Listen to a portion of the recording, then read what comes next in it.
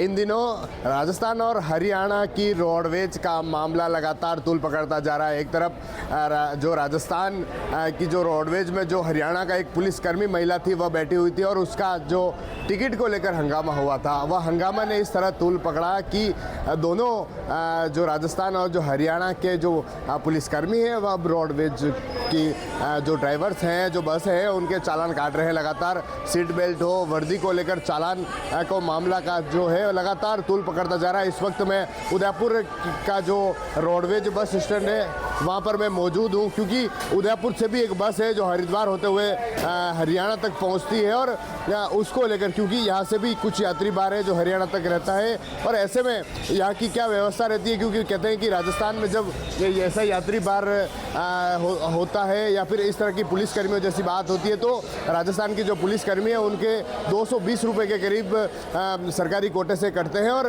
वह रोडवेज में जमा होते हैं। उसके बाद जो राजस्थान के रोडवेज कर्मी है वह पहुंचते हैं उदयपुर, जो आगार डिपो है उनके जो प्रबंधक है हेमंत शर्मा जी हमारे साथ हैं, उनसे बात करेंगे। सर, जिस तरह से इन दिनों राजस्थान और हरियाणा रोडवेज का जो डिपो का जो मामला है लगातार तूल पकड़ता जा रहा है, एक्चुअल में क्या गाइडलाइंस क्या कहती है इन दोनों की, राजस्थान और हरियाणा की? देखिए, अभी जो लेटेस्ट जो मेट्रो है उसमें जो सामने आया ये है कि हरियाणा में जो राजस्थान रोडवेज की कोई बस चलती है उसमें हरियाणा रोडवेज में कोई पुलिसकर्मी, महिला पुलिसकर्मी थे, उन्होंने किराया राशि देने से मना किया। उस बात को लेकर विवाद बढ़ा। हरियाणा के पुलिसकर्मी राजस्थान रोडवेज में फ्री अलाउ नहीं है। राजस्थान के जो पुलिसकर्मी हैं सिर्फ वही अलाउ हैं और उनका भी एक निश्चित अमाउंट उनके सैलरी से कटता है और वो पैसा राजस्थान रोडवेज के पास में आता है। लेकिन अदर स्टेट का कोई भी पुलिसकर्मी अलाउ नहीं है।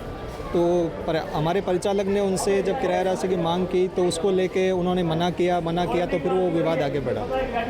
तो रूल्स के अकॉर्डिंग परिचालक की इसमें कोई गलती नहीं है। सर, अपने यहाँ से उदयपुर से कितनी बसें जाती है राजस्थान, हरियाणा और दूसरे स्टेट्स में भी क्या रहता है? उदयपुर डिपो की मात्र एक जो हरिद्वार गाड़ी है वो दिल्ली होकर जाती है, तो वो थोड़ा सा हिस्सा हरियाणा टच करते हुए निकलती है। उसके अलावा अदर स्टेट्स में क्या रहता है? अदर स्टेट्स में हमारी गुजरात में गाड़ियाँ जाती है, एमपी में गाड़ियाँ जाती है, तो सेम रूल है। अदर स्टेट के कोई भी पुलिसकर्मी अलाउ नहीं है राजस्थान रोडवेज के। इन दिनों सीट बेल्ट और वर्दी के नाम पर दोनों जो स्टेट्स हैं उनमें राजस्थान की जो पुलिस है वह हरियाणा की बसों के चालान काट रहे हैं, तो हरियाणा की जो पुलिस है वह राजस्थान की जो बस हैं उनका चालान काट रही है। और कारण बताया जा रहा है एक तो वर्दी और एक सीट बेल्ट। देखिए, सभी चालक परिचालकों को अपना जो यातायात नियम है उनकी पालना करने के लिए बार बार लगातार निर्देशित किया जा रहा है। और उदयपुर आगार की जो गाड़ी हरिद्वार जाती है उसमें चालान की अभी तक कोई सूचना प्राप्त नहीं हुई है कि उसमें किसी बात का चालान रहता है। तो सर, इसमें चालान रहता है वर्दी का और इस तरह की गलतियाँ होती है तो? सीट बेल्ट का और उनका चालान रहता है। वर्दी के लिए भी बार बार हम सबको निर्देशित कर रहे हैं और चालक परिचालक उसकी पालना भी कर रहे हैं रेगुलर। अभी तक ऐसा कोई मामला उदयपुर डिपो का सामने आया नहीं।